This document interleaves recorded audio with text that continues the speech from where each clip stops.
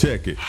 It's time to empower the women and educate the men. This is the calling that God has begun with. Two individuals he destined to win. So sit back, relax, maybe grab a snack as we speak some facts guaranteed to impact your life. Your destiny is God-given right. So listen up as we speak some truth to you. Guaranteed to make sure you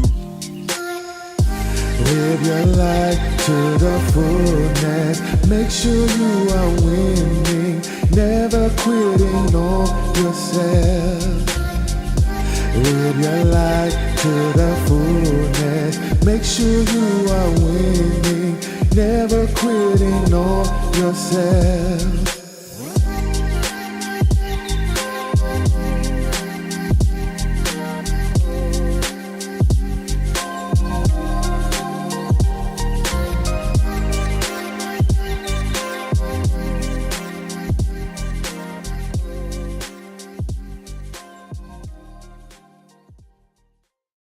And if you only knew what was inside of you, buried deep, it's in there. But the alignment coach and the authentic coach, you know how they do. They're out here empowering women and they're educating men. Now today's episode is very important. It's overcoming limited beliefs and self-doubt. So strap up, let's go. Showtime. What's up, family? What's up? What's up? We're here. Overcoming limited beliefs and self-doubt. We here. Hey everybody, I'm C, the chiropractor Morgan, your alignment coach. And I'm King Herzog, the authentic coach, with my special guest, my son Isaiah. So let's go Yeah, to the Father. he said he ain't staying asleep. He ain't staying asleep. He didn't work out like I planned. All right, let's pray. Father God, we just thank you for this day. We thank you that you're allowing us to do this, and we just surrender all to you. Our minds, our intellect, our voice, everything to you, Father, that you get the glory out of this show as we talk about the limitations and the self-doubt that we put on ourselves, Father. And I thank you that you have given us the wisdom to help the people, empower the people to overcome that. And we could just give you all the glory and all the praise. In Jesus' name we pray. Amen. All right. Y'all know how we roll. We go keep coming. He didn't want to stay asleep. Yeah, he didn't want to stay asleep. I was hoping he was going to stay asleep, but he said, I'm getting up and at the showtime, actually. He got right up at that time. I was like, okay. What's up, Reverend Rick? Good to see you here, brother. All right, let's deal with this with my son. Overcoming limitations and self-doubt. That is so, this is going to be a great show that I believe is going to help empower everyone that watches it, because we deal with this constantly, quietly in our minds. Our limitations, we put the limitations on ourselves, and then we have self-doubt, and it's done quietly. You could be smiling and all that stuff, but you're really dealing with these limitations that you put on yourself and the self-doubt. See, I'm gonna let you get started because like he ready to be fidgety.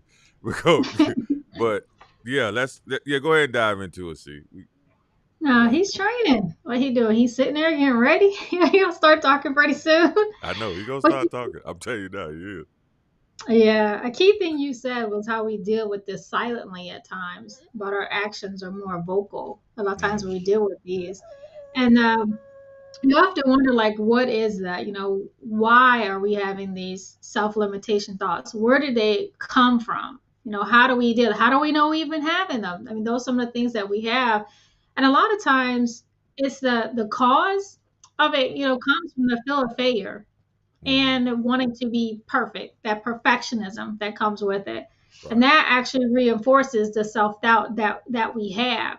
So it's like, okay, like we say a lot of times, it doesn't have to be perfect to start. You just have to start. You just have to begin and work through it and deal with what comes. And what comes, you have to look at it it's not going to be an obstacle. It can run smooth and seamless. But however, what we're prefacing with is that it's not going to go well. We're going to have all this trouble because we're not ready. We're not prepared. We don't want to look green. We're actually putting that out there, which we're actually increasing the doubt. We're adding more weight when there should be no weight at all. It should just be going straight. This should be as simple, just opening the door and walking through it. Right. It should be that simple as just opening up and going to something new or something that we're going to change or we're going to improve. Right. Right. So at times it's like you got to think when you're in that state of doubt. A lot of times when you're in that state, it's attributed, to past successes that we actually play down. We look at it as just luck.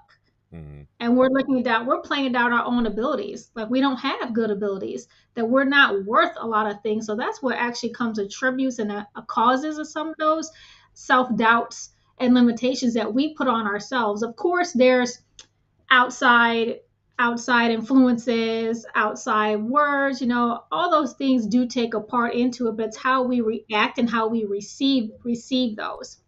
And what are we going to do to move forward those? Because there's the psychological effects that come with it when we're having those doubts. It leads to insecurity. It leads to being depressed a lot of times. The mood, especially when it comes social. How antisocial are you? Is it more than what you're accustomed to, more than what you're doing a lot of times? But the fear of that accompanies it, that comes in, and it prevents us from really, as we talk about a lot of times, is embracing our true selves. Correct. Yeah. What are we not doing? And when we downplay a lot of things, and King, you talk about this a lot, and we both do, is the imposter syndrome. We Correct. know Yes. what comes to that when you're trying to live up to others' expectations or what they say you should be doing, where you should be at right now. How do those actually begin before that? Where is it deriving from? Correct. That's correct. What's up, Andre? Yeah, he says hello. He's not supposed to be here. He's supposed to be asleep, brother. But he didn't want to stay asleep. but, but yeah, what's up, Andre? Good to see you. But yeah, see, that's great. That's great. You said that an imposter syndrome, living up to what other people expect. And sometimes we get into that, and we used to be into that. I used to be into that really strong until I had till it clicked, and God clicked something in me that I understood. I had to be who I am, and I be my authentic self. And so we walked out this being who we are, the authentic self, the limited beliefs that we put on ourselves and the self-doubt. We had to walk that out. We literally had to. I'm gonna be honest with you. Even when I started my psychology journey, getting my master's and my bachelor's at the same time, I had some self-doubt. I said, how I'm gonna do this? How I'm gonna be able to do this? But to God be the glory. Just this past quarter, I'm at a 4.0. And that's Congratulations. the God be the glory. I'm at a 4.0 right now, and I get all that to credit to God in psychology. You talking about papers, you talking about how to think and all that stuff. While pursuing the things that we are pursuing a business, pursuing ministry, pursuing the things that we're family, kids, and I'm at a 4.0 in spite of all that. And like you said, we have to celebrate that success not as luck, but as the fact that we are capable of doing greater. Yeah. And we have to push ourselves beyond our limitations, our self-doubt. And it's the way you do it is just you continually to speak life to yourself, because we grew up with so much negative, and then you got negative around you. You got people that will speak self-doubt and limitations on you because they have self-doubt and Wow. limited beliefs. That's what they would do. They will speak that on you because of their limited belief and because of their self-doubt. That's why I'm very careful who I talk to about my vision and what God is saying to me. Because, see, I don't want to disqualify people and then cut people off immaturely because they doubt what I'm saying, because that's the quickest thing for me to do. When you start that, I ain't got time to hear from you, don't want to be around you, because you're not going to put that seed into what I know God is telling me the direction we going. So we just gotta get beyond that. This is gonna be a show today. I see that. He gonna take the show. I see. But we just gotta get past that. We gotta let me talk, please. Thank you. You want to talk? All right. Thank you. All right. We just gotta. Yeah. We look at that. We just gotta get past it. We just gotta go beyond it. And like I said, we're gonna give you some tools later on and how to get beyond this. But like, see, you have overcome. You have overcome some things, and it's something we need to celebrate. I know you private, but we need to celebrate this. This is important, so we gotta celebrate it. I know you're hesitating, and you going, nope, nope, nope, no. We need to celebrate it now so we can use this as an example so that people can see we're not just talking this, we actually walk this out. So see, go ahead. Yeah. Well, as he's Yes. speaking of this the month here actually is a year. Is marks the first year of having my brain surgery, Mm-hmm. is what it is. And this hits home a lot that came to some of the self limitation and self thought thinking that I had, especially when you're doing some things and you know how success attributes to things, you feel unworthy of your wins. You look over some of the things. So one of it was more when it is me walking shortly after the surgery. That was a day and a half in the hospital after my surgery. I had so many racing thoughts. It was a new world, actually, off balance. You know, I couldn't believe I was up walking because when she said we're going to walk, I said, we're going to what? You know, that's my thoughts. I didn't say it. I was like, okay.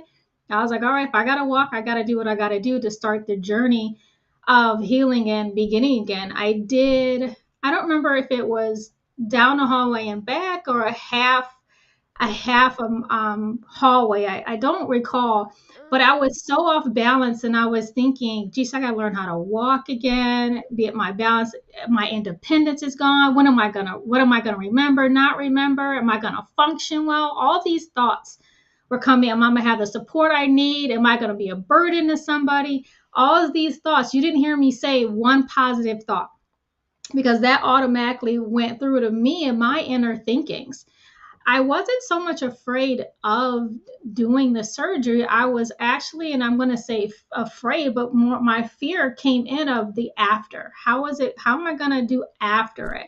Since being so independent and I don't like to ask for help. And then when it comes to doing this on your own, I had to have help. I had to have help with all the daily activities that I had to do in the shower, walking, eating.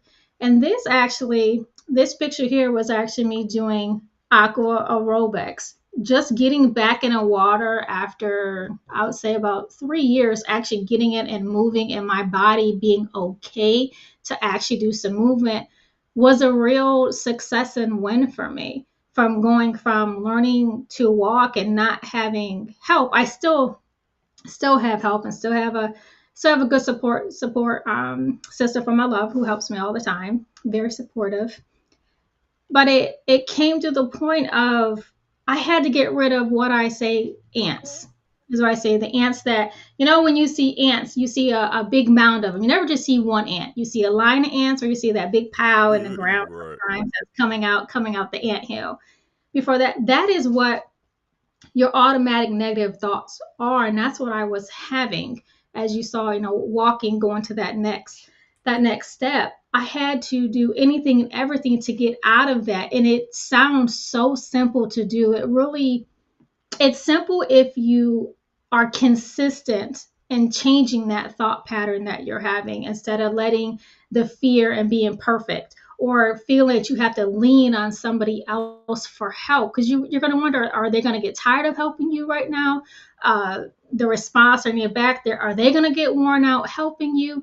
All this lays weight, and it did have weight on me, and I had mood swings. I still have different moods I go, and I have a lot of times that comes with the recovery is you really don't know a lot of times why you're sad. You don't know why you're feeling mad. And to try to explain it sometimes is frustrating, was very frustrating. It's still sometimes frustrating for me because I don't always know why I'm feeling that way. And then to have with, being with someone and try to explain that, or okay, yeah, I was wrong for feeling that way. You're actually in a whirlwind a lot of time when all these racing thoughts come around. And this month, having the surgery and then having the blood clot, the blood bleeding in my brain, it just brings back those memories. But I have to look at where I've come instead of where I was, in a sense, in that ants, the automatic negative thoughts that I have. So when I recognize them and I step back, sometimes of how I'm responding makes a big difference. makes a difference in my mood and how I move forward. I do have to stop a lot of times. As I was going through the walk-ins, you saw I had to walk with a walker. That was frustrating for me. I did not want to use a walker. It just reminded me of the loss of independence. I wasn't looking at it as it's at first, it was an improvement to help me get better, improvement to help me walk, to help me get back together physically again to where I was in that manner. I don't want to go back to, like I say, it's the new version of me I look forward to as I grow and as I'm going through this experience that I'm going through. It's for somebody else to bless a lot of times. So I had to really see, and a lot of times now, especially with June and the months really afterwards, the first 2 weeks, I had to sit. I was not able to do anything. I was totally dependent. And that took a toll on me of being vulnerable, of saying what hurt, what I could not do, what, and I hate, feeling that I cannot do something, even though it's like based on the limitations. Physically, I wasn't. For 2 whole weeks, I basically was like on bed rest in a sense. I was not, and it's not funny, but for the surgeon to tell me you can't get mad, you can't get sad. Do you know how challenging that is to not get mad, feel sad, as your head is in constant pain. I mean, like I said, you have a piece of your skull missing. They took your muscles out, moved them. You have a piece of your spine moving. The pain medication is not working. You can't lay down. You're not in your own bed on a comfortable pillow. Just to touch, literally just touching my head like this was pain. And right now, the right side of my head is still numb. Right now, it's still tender. I mean, you can just go straight down the side of my head, and I still have the numbness that I have sometimes in my body still too. So I'm still going through that, and there's new things too. I still have to take the breaks, but I recognize, and you have to ask yourself when we're having these limiting thoughts and the self-doubt that we have, are we in this repetitive thinking right now? Or am I allowing myself to relive something that I truly do not have to, because I'm not accepting some of those success and little wins of my recovery, of my steps in improving? Hey, I wasn't able to walk 15 steps, but now I can walk 30. I can walk double and triple. I wasn't looking at that because the pain succumbed me so much. And the thought of, I was looking to the future a lot, of what is it going to look like from here. I did not know what the future was going to look. I didn't know what was coming, how much, in the sense of, am I going to have backlash? I was putting all these things out there that wasn't there, but it was a possibility. But I didn't look at the positive possibility of, not being good company, being excluded out of things because I wasn't able to do this. I wasn't allowed to do it yet. I wasn't clear, not allowed, just not cleared, medically cleared to do it. And so I do push myself, but to sit and try to exercise, try to stretch. I mean, you're stretching muscles that's been in the same spot for over 35 years. And now you're feeling that. And not many feel that, those muscles that have been moved and stagnant, and to feel that in your body readjusting, trying to rewire again of, this is how we are supposed to function. We have to sit and reconnect, and it takes time and the patience, where I was having no patience. I was angry. I was great a lot of times, and I did feel irritated. And those are some questions you have to ask yourself when these thoughts. You put yourself basically in a movie that we watch. Is your movie constantly on rewind and play? Are you constantly doing that? And that's where you have to realize that you have to stop it and press play and let it keep going. And honestly, fast forward. That part is gone. We're not able to change it. We can sit and reminisce about it all we want, but it's not going to change. You have to look at that. And what I did, the primary emotion that I was having at the time, and there was a multitude of them. The biggest one actually was the loss of independence, and am I going to be alone? That was the biggest one, to work through it. I was preparing myself to be alone, to not have the support that I needed. The other thing was I didn't always know how to ask for the help that I needed because I didn't always know what I needed till I was actually in the moment sometimes. I mean, taking the fork sometimes and having to even feed myself. I felt like I was in literally an older woman that has all functioning loss due to me not taking care of myself, due to aging. And it was a fight because this is not was the case. This was from surgery and healing from that. So I constantly, sometimes I do have to fight, especially when I have my episodes and my spells. I still have now that it takes me completely out. I have to completely, no matter if I'm enjoying myself or not, I have to give in. And that is a challenge. I have to give in now or deal with it later when it's more intense, I mean, what I have to do. So that overwhelming takes over and it's so damaging. I had to, be transparent. A part of it was damaging for me too. I mean, even my mental health, you feel like you're in like a Scrabble board. All the pieces are all over the place and you're trying to pick them up, but nothing is going together. That word isn't coming. Even with speaking, me going through speech therapy, even physical therapy, trying to speak, trying to find the words, trying to express what you're trying to say. So you get in a point of using your hands more to say what you're trying to say. I mean, I know we go through it. Many of you may go through and say, I have that a lot of times, I know the word I want, but I can't think of it. It's different from that. It's, I know the word I want to say, but it just is not coming out. I know the thoughts, I see it, I even hear it. Sometimes I'm trying to think of a song. You just can't gather. It's aphasia is what's it called. So the primary reason, again, we have to find out what that thought is. And going through it, and it is tough to look at that picture and watch myself walking because all those feelings are coming back and where I was at, but I am sitting there looking at it. That's where I was and where I am now. Look how I've grown. I am stronger. There was positive aspects of going through that, but it's there. I have my hard days. Yeah. And that the hard days, I don't say hard as, gosh, I wish this day would be over with. The hard days, I look at blessing days of challenges. It shows me more what I'm able to do more and more in the learning and growth, because that's what success is. It is a constant of learning and growing. It doesn't have to be perfection. I do like things perfected. I do like things. I'm better at it now. I can especially doing the podcast. I'm very much better at. Hey, we're just gonna go with. I'm a lot better because in the beginning when we started doing this, I'm like, no, I needed to have it like this. I don't want us to look this way. Perfection was my enemy.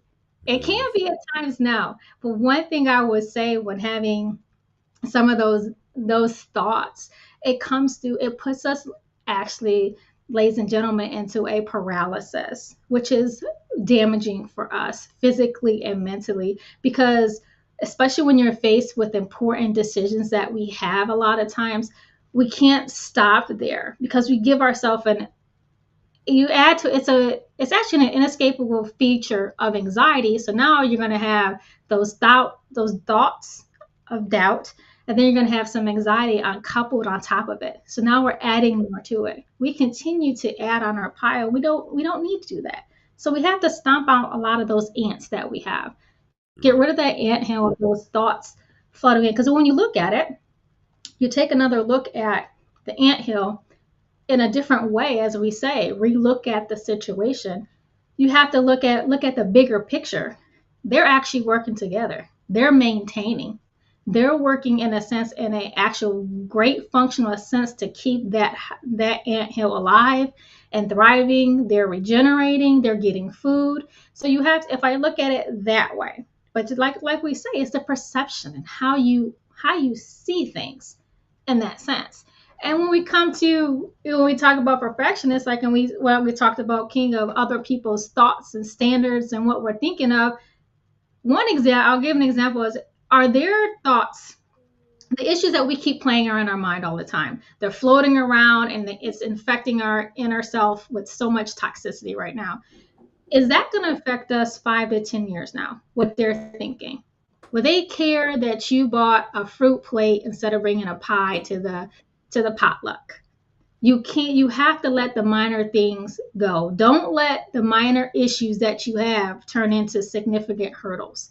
And that's what I mean in the sense of me walking in that hallway, me walking with a walker.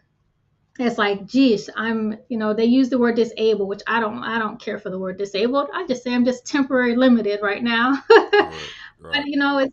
it's how I looked at it. But I had to look at it, and the support system, they pushed me too, but I'll get angry sometimes too. I do remember a time of love sitting there, and I was like, I don't need a babysitter, I need a helpmate. I felt that I always had someone look at me like I needed a babysitter, and that was frustrating because that was deriving of me losing my independence and not having control. And that was the other thing, I didn't have control of it.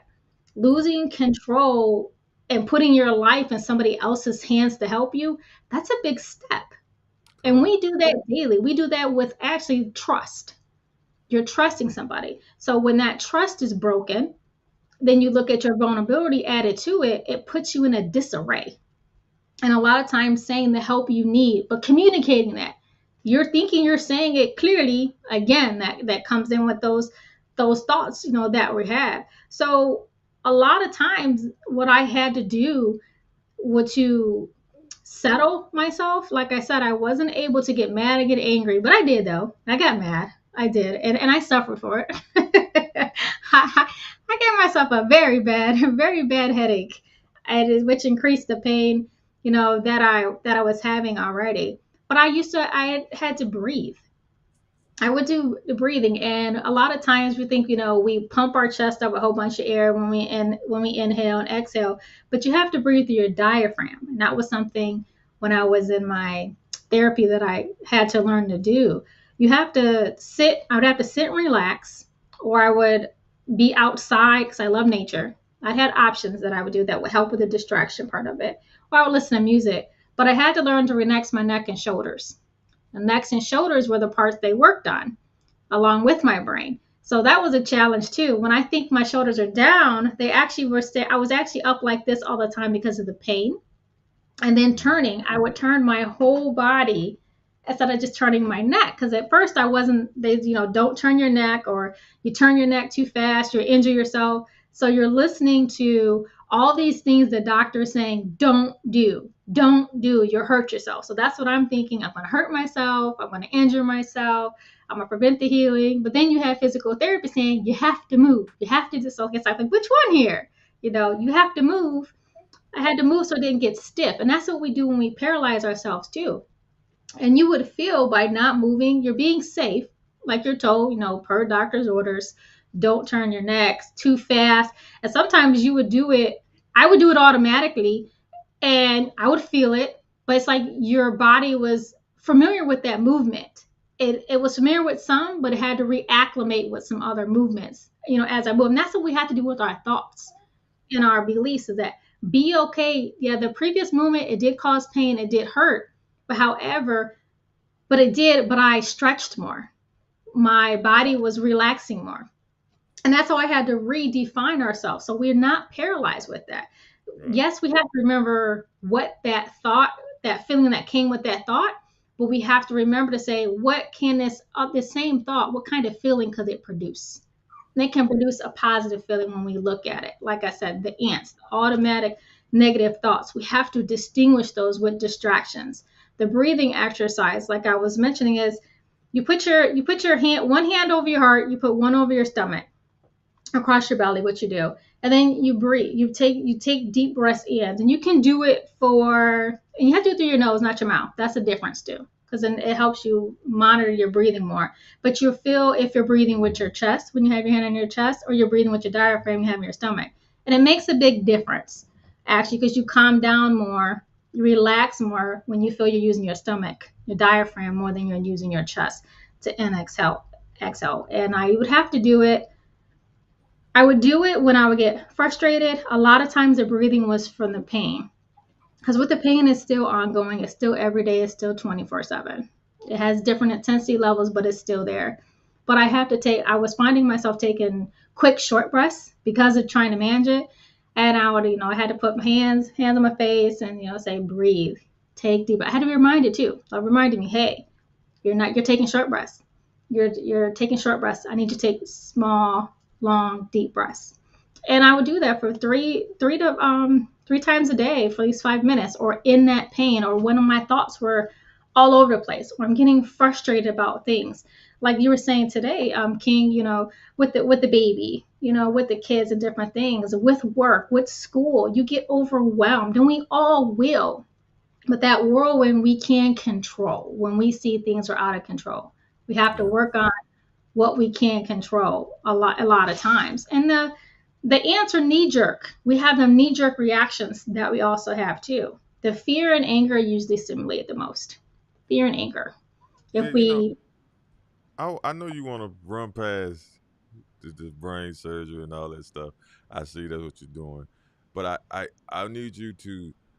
Sometimes what happens is these shows may not be as famous as our other shows because they see we either yelling at them or whatever, but the transparency that you just gave on what you went through, but you actually are a living witness to the fact that what we're saying about limited beliefs and self doubt, how you overcame it. Because you remember the thing that I think they miss is, oh, and by the way, my little princess has showed up too. Come on, you want to say hello to the people?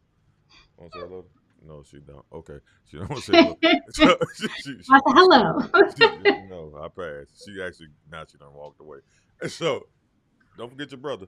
And so what happens is a lot of people don't realize that that's powerful in itself. We do a podcast, but we had to take pause because you couldn't get your words together. You Yeah. you heard them, but you could not speak them.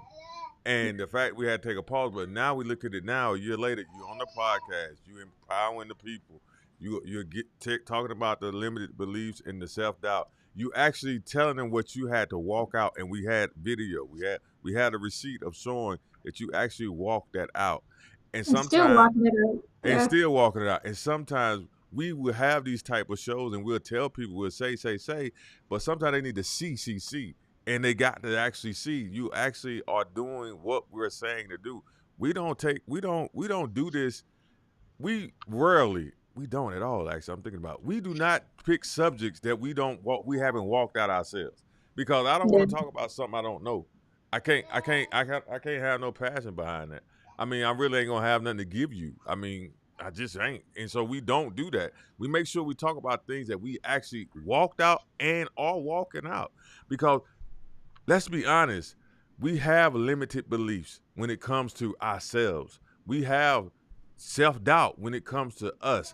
To Yeah. put the things into perspective, to make sure that we do what we need to do whenever we're called upon to do something, we really go back to limited beliefs, self doubt. Like, I don't think I should be able to do this. Or no, I don't think it's me. But when in actuality, shifting just a little bit, we're actually called to do greater than what we're doing right now.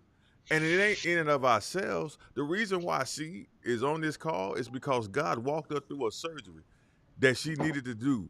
And then when it came down to her managing her emotions, the Holy Spirit had to control she a lot of times to make her realize that, hey, God got you. God got you. God's going to get you through this. And God did that. A lot of times what we have to remember is this. We cannot continue to put our confidence in things of people that we shouldn't even put our confidence in. And a lot of times our self-doubt and limitations come from we putting confidence in people that are not ordained or designed to be about to be handle what we're saying or to handle where we're going. So we Or gotta what we continue need, well right? what we need. So we gotta continue to make sure we have a solid foundation in whenever a solid circle. But me personally, I say it like this. I put my confidence in no man. I just don't no more. I put my confidence in God. If God tell me I can do it, I believe that he's going to show up with the resources. He's going to show up with the mentorship that I need. He's going to show up with everything I need to make sure that that thing happened. But that didn't happen overnight. It took a lot of what see went through brain surgery. We both went through being homeless. We lost a lot. We been set back a lot. It took a lot of trial and error to get to this point. But the point of it is you can do it. I wanted she to share that. She don't like sharing. I'm telling y'all now, she hates sharing her stuff. So for her to do that was amazing. So I'm glad she did it. But I needed y'all to see that we just don't be talking. We actually walking this thing out. What we saying to you. We are not just here just to waste time. We actually know we are destined to do this to change lives. We know that. We understand. It's a calling. We get it. But the thing about it is you have to walk away with something and understand that self-doubt and limitations, they cannot be a part of your life no more. You cannot continue to walk in that thing of doubting yourself, self-doubting, and then the limitations you put on yourself. You cannot continue to be walking that because we have living proof right here on the podcast that had she continued to walk in that self-doubt and them limits, the limitations, she would not be sitting here. Not see, because she's very, like she said, she is a perfectionist. She would not be sitting here. We actually, I'll be real transparent. We actually did a show where she actually was forgetting what to say, but you could not tell it. I could tell it, but you couldn't. But she pushed through it. And now she could have said, you know what? Nah, we ain't going to do it no more. That's it. But no, she pushed through. And here we are today, and she's still pushing through. Listen, you can do it. You can push through. You can get to that point to where you need to be and quit doubting yourself and quit putting limits on yourself. It can be done. We have living proof right here. And that doubt and insecurity too, you know, like you're saying, and it was this, like, I don't want people to see me forgetting the words or, you know, my thoughts aren't connecting, you know, or just, I would actually just isolate a lot of times too, what I would do, because when you dig into it, when you look into the thoughts, like the insecurity, the limitations, feeling excluded, especially, you know, especially when you're told your recovery process is going to take a minimum of 2 years, you sit and evaluate your situation. But you have to look at, how am I evaluating? What is the situation causing? And he made a good point when he said, you know, God bringing you through things. And all the thoughts I was having, well, I had to be in the hospital by myself one night, and I didn't like it. You know, I didn't want to be by myself at all. So I'm listening, and I listen to urban gospel a lot of times. Like I said, I had to listen to music. My mind was racing. I think it was day 2 or day 3.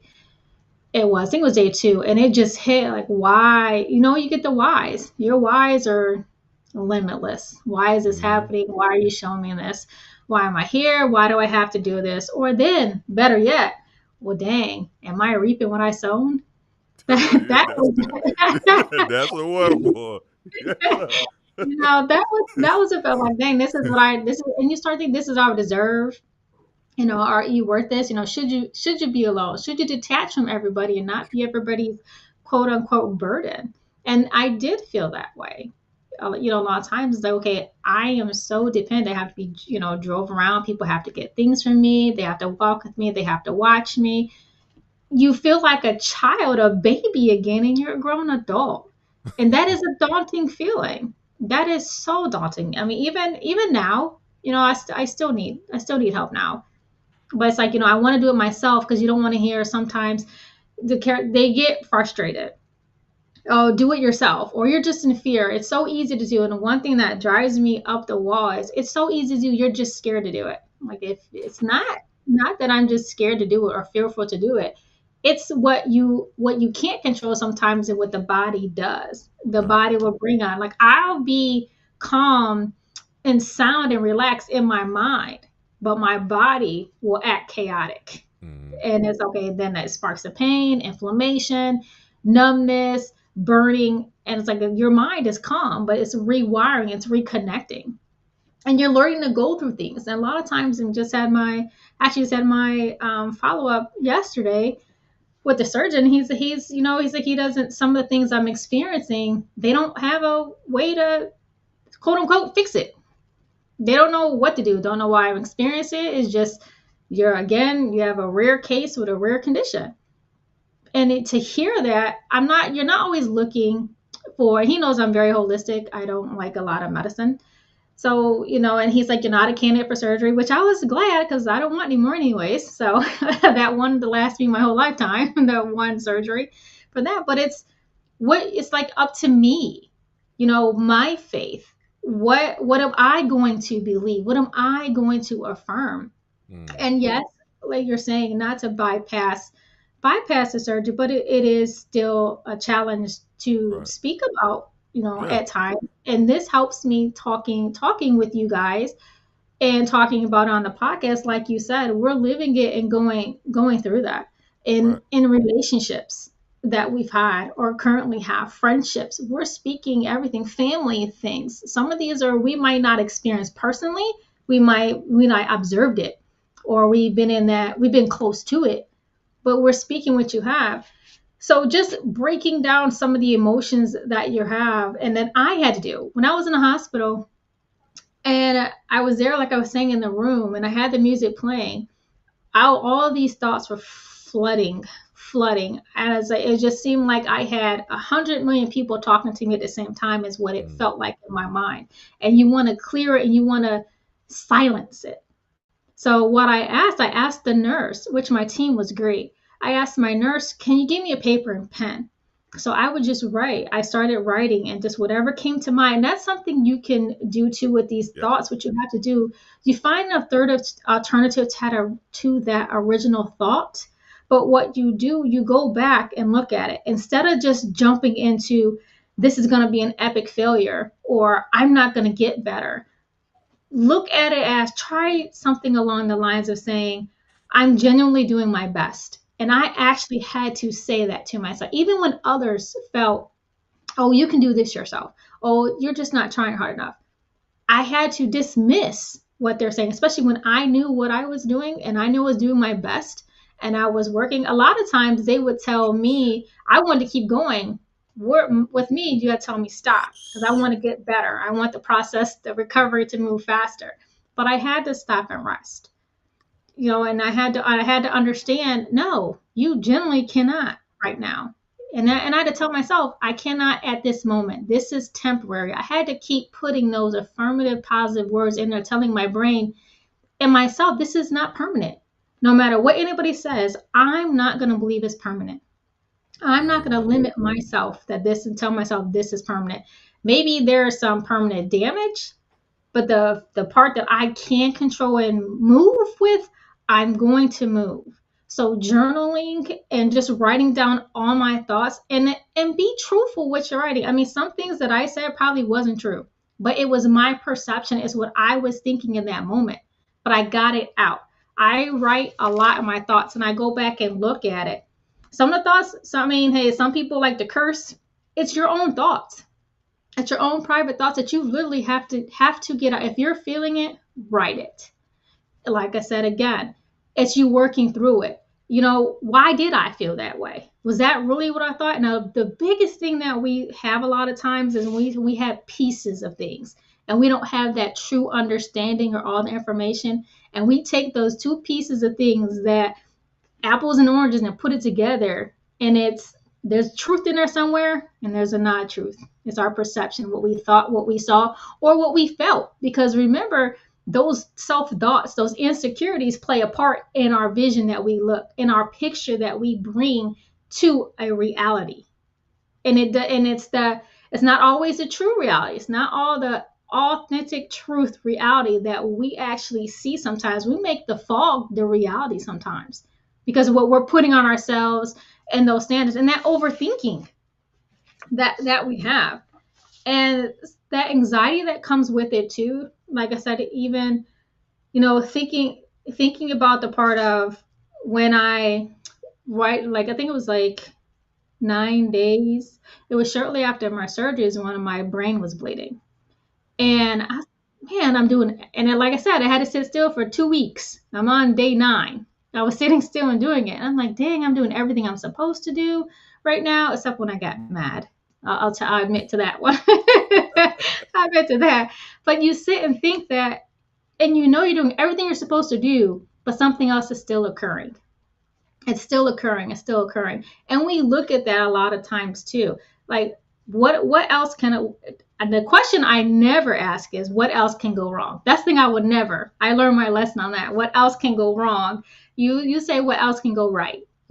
things are good. Things are gonna move forward, and they're gonna go right. They're gonna get better. So this month really has been a reflection, and especially how this topic of the limiting beliefs and the self doubt has really hit home, especially again speaking, with the surgeon is, take time. It's going to take time. And sometimes we don't like to hear that. And that time is, okay, what's going to happen with taking time? Are you going to still have the support? Are you going to be alone? Doing this, but like I said, those are the wrong questions to ask because we're putting it out there, that energy. We're going to say, hey, your brain is telling you, well, you're going to be alone. I'm going to make it happen for you. No, I'm going to have prospering business. I'm going to help people. Use those as distractions because sometimes helping people distracts you and it creates a feeling where you negate some of those thoughts and those feelings that you have. So the details and evaluate stuff, experiencing, try to identify them if you can. If you can't find words, draw it. Just do something to help you. Telling yourself about the situation, how you want the situation to be or the outcome. The biggest thing is control what we can. And the epic failures are just, like I said, with success, it's growing and learning. And what you have in going through this, like I said, getting back in that water again. I love swimming. I love being in the water, and I never gave myself that type of grace, I guess you can say, or That's the word, grace. you did it. Yeah, you got in the water. You actually doing something that you love to do now. Because it was very disappointing that I was not able to do that, getting in the water. Because that actually was my soothing. That was my calmness. That was my peace. I love water. And to not be able to do that is like you feel all your pieces of you are given away because of vulnerability, because you need that help and that dependence. They're all given away. You have no control over nothing anymore. And it's scary to have to depend on somebody, especially when you're an adult. You feel you're older. I mean, it's different when you're a child sometimes, when you have the parents should be taking care of you or whoever the guardian is. You're supposed to have that type of safeguard, that safety net, that someone's taking care of you. But as an adult, you're like, okay, I'm gonna have to go into a facility. These thoughts all flood your head. And you don't want to. So the part of staying focused in the positive aspect of it, or what are you gaining and learning, from that part of it, I think is one of the most important things I think to take through, because with success, the motivation keeps you going, but discipline keeps you growing. And disciplining your mindset and how you're thinking and moving is going to keep you moving. So some of the things of writing, and a lot of days I didn't feel like doing anything because I had to sleep a lot. Sleeping was the recovery phase. Even now, I still have to take naps. I still have to sleep. And I tell you, I definitely don't want to do it because I feel like I'm wasting time. I could be doing this, I can be doing that, but I have to say, nope, you gotta rest and reset. And you regroup. You rest, reset, and regroup. So you have that energy to keep moving. You push through those days, and I did, and I still do, regardless of how I feel. I still push through because I feel there's more that I need to do, but I have to do it at a certain pace. And that's the other thing, the pace that I'm doing it, and the confidence of I'm going to go. That confirmation, that confidence that you build, because people think the positive part, actually, what a lot of people don't think about when we talk about self-doubt a lot of times, and we talk about overthinking or limitations, the positive part is it motivates you to keep growing. Like I said, that when you learn that you are motivated to do that, it leads to building confidence in yourself, which a lot of people don't think about that. Like I said, those are looked at negative words, but they do have power. It can help you move forward in your career. It helps open up doors also for you. Like we say, get in your uncomfortable zone.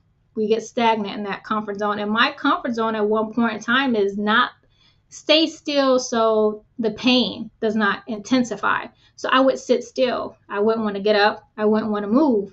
Because like I said, the pain medication was not working. Nothing was working to leave it, except I will say the very strong ones, I will say it did, but it made me feel like a zombie. And that was not a quality of life that I wanted. So I didn't want to be a zombie, walking around.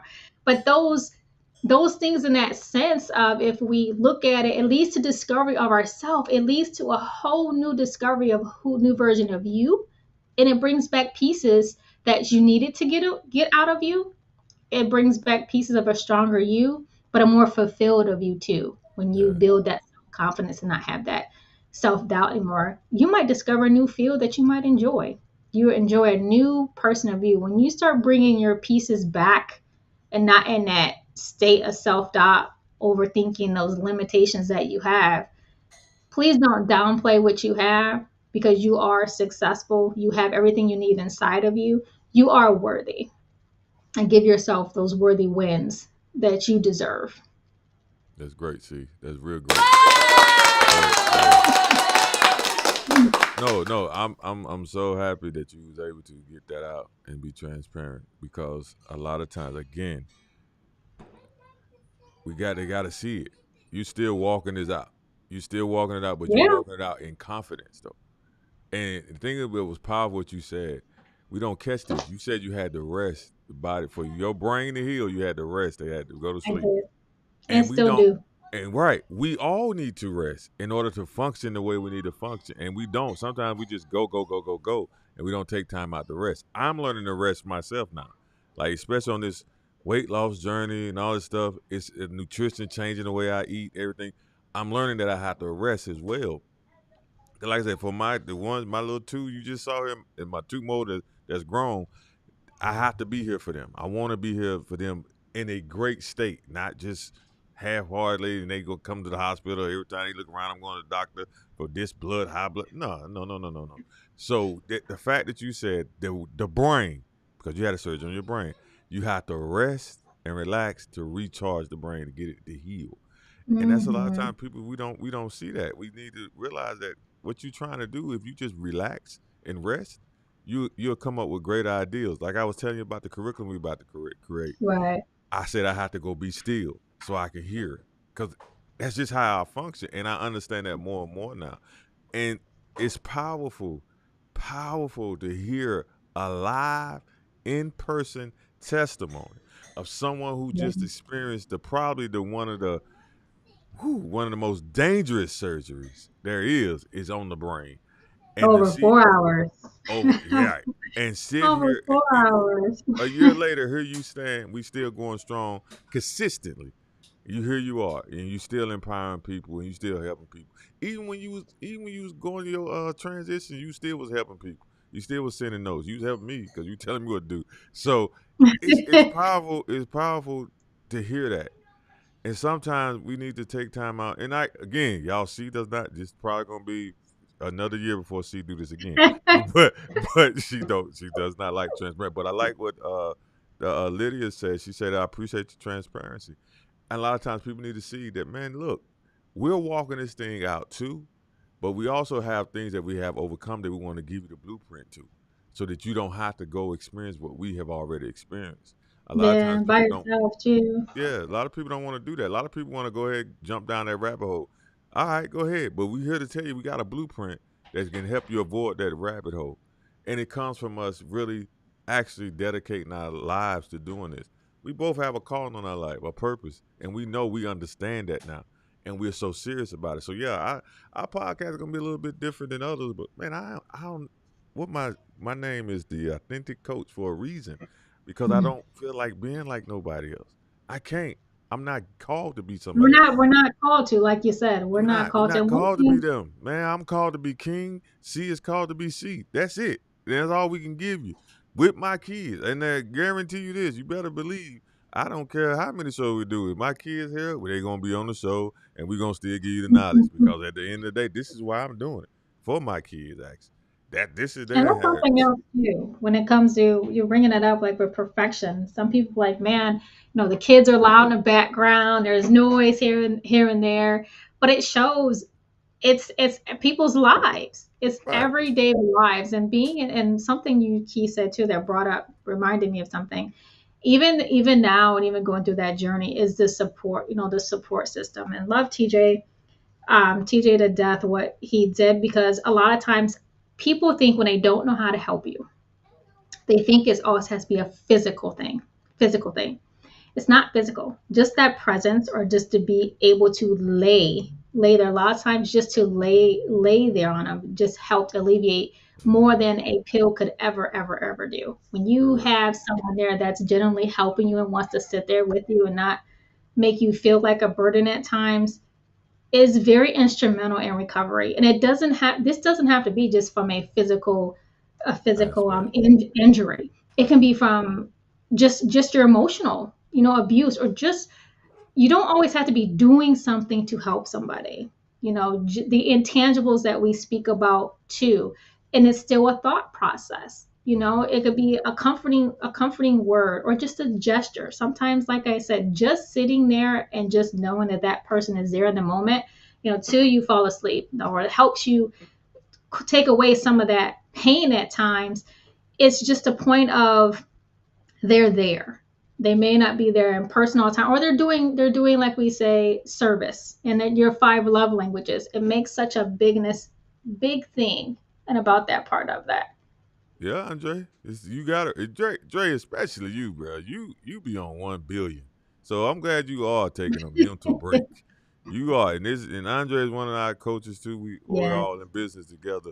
But this brother be on 1 billion. But we all do. We all do, because we. The thing about it is, our passion pushes us, and yes, sometimes we got to realize that we got to take a break, and it just, our mindset is we want to save everybody.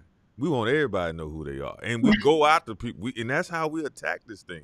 And like, and I stopped. We as a team, we stopped looking at the monetary value a long time ago. We started looking at the intangible value, and we have a we. If you want to look at that, we billionaires in that. The intangible value that we put out, we are billionaires, and rest of it's gonna come. But Dre, I'm glad you're taking a mental break, because you definitely, man, you go from chef to mental coach, going to Jamaica, coming back, you yes, getting I all am that together. working You working on that. working You do, towards that yeah, goal. yeah, Yeah. yeah. You need to take a break, bro. You do, because you don't. We don't need you to shut down, because we need you. You're very vital to the team, and that's how we feel about each other. That's why we do check each other about resting, making sure we take a break. I'm about to take a break in a couple of weeks, actually, and just not. Matter of fact, it's It gonna be a is re. needed. It We generally is gonna have a needed. replay in a couple of weeks. I'm just letting you know it's gonna be a replay. I'm letting you know now it's gonna be a replay. Not gonna be live. I need to take a break. But so with my kids, I need to take a break. So it's just what we needed, and it's just the reality of You it. have to. It is reality. You have to, especially the one thing with going through recovery, when you feel like, for us, I know you feel the same way, is we stay true to our word. If we say we're going to do something, that's what it was in my recovery too. I felt I had obligation. No, I have this, and this to do. I'm not going to be able to do it. They're depending on me, and I was feeling bad about that, because I felt I was dependent on my obligation. Again, I was putting others before my recovery, because to me, my word is true. I stay true to my word. But also, if I'm gonna stay true to my word, I couldn't be hypocritical of not resting and recovering because I'm still trying to fulfill an obligation. What would that look like of me saying this to you to do it, and then for me to not to do it? That's very hypocritical, and that's something I had to look at also when preparing for the whole process. And you can never prepare enough, because you never know the unknowns, regardless, no matter how much you prepare. Just prepare and say to yourself, you're going to be able to respond as you need to respond with anything that occurs, but be happy with it, and be positive, and just tread lightly with it. Don't, like I was saying before, don't make something minor into a big obstacle when it doesn't have to be. Especially, like we said, you have a team and someone you can depend on that can support you and move you how you need to be, and they'll help with your thoughts. Yeah, they will. So all right, listen, that's a wrap. Listen, y'all, listen. This show, I promise you, this is the show you need to share with the people who got excuses for why they're not doing it. This is the show right here. You need to find that person and send them this show. It's gonna be instantly on the replay as soon as we disconnect, because we had a living testimony proof of how you can eliminate your excuses, the limited beliefs, and the self doubt. You just witnessed it. You just saw it live, and we put it out there for you. with a person who really don't like to be putting it out there. So that is a miracle in itself. So really, you need to share this show. If you hear somebody say, "Oh man, I don't think I can do this," stop them in their tracks. Say, "I'll tell you what, look at this show and call me back after that." It's powerful testimony. Thank you, see, it's powerful. I told you, your testimonies are powerful. That's why I be telling you, man. You gotta talk about that. But I'm glad you did, and I'm glad y'all want to say bye. Okay, that's it. Right, bye. All right, that's what they saying. Bye. Google You got it. participated? They participated for real. But look, honestly, this is why I do it though. I'm just showing. You're Y'all know welcome, my why. William. This my why. Y'all see him. I go this hard because of that. Because I know I need to leave them a heritage. I don't want to leave my kids just a inheritance of tangible. I want to leave them intangible stuff. Like I want to leave them a heritage where people say, your dad sold into my life when he didn't have to. So because of that, I'm going to look out for you. That's what's matters to me. I want to make sure they know Dad was selfless. Dad had compassion. Dad cared. That's what they need to know. All that stuff, man, that tangible stuff, they're gonna wreck that and gonna break it and all that. But compassion, love, and selflessness, that's priceless. And I'm glad they get to see that. So yeah. So see, thank you for sharing. That was powerful. I know you didn't want to, but You're welcome. Thank you so much for sharing. Thank you for being transparent, because I believe this has blessed a whole lot of people. I really do, and is going to bless more people. Like I'm gonna take C's words: share, like, comment. I'm gonna take because I'm gonna say it and for subscribe. And subscribe. Just subscribe, yeah. But see the powerful testimony. Thank you for sharing. So as we always say, all hearts, minds are satisfied. The benediction. Let's go to the Father. Father, I thank you right now for every single person that watched this podcast tonight. Father, I pray Psalms 91 over their life. I pray that no evil shall befall them. No plague shall come to their dwelling, that 1,000 may fall at their side, 10,000 at their right, but only with their eyes would they witness destruction. I thank you for the angels encamped around about them. And I thank you most importantly that they abide under the shadow of your wing. Father, I thank you that no weapon formed against them will prosper. Every tongue that rises up against them shall fail. And Father, I plead the blood of Jesus over them right now. And Father, we thank you for this time that you have set aside for us to empower the people and to educate the people, Father, and that they will be even better after hearing this podcast, and that their life will be in a true trajectory of their authentic self. In Jesus' name we pray. Amen.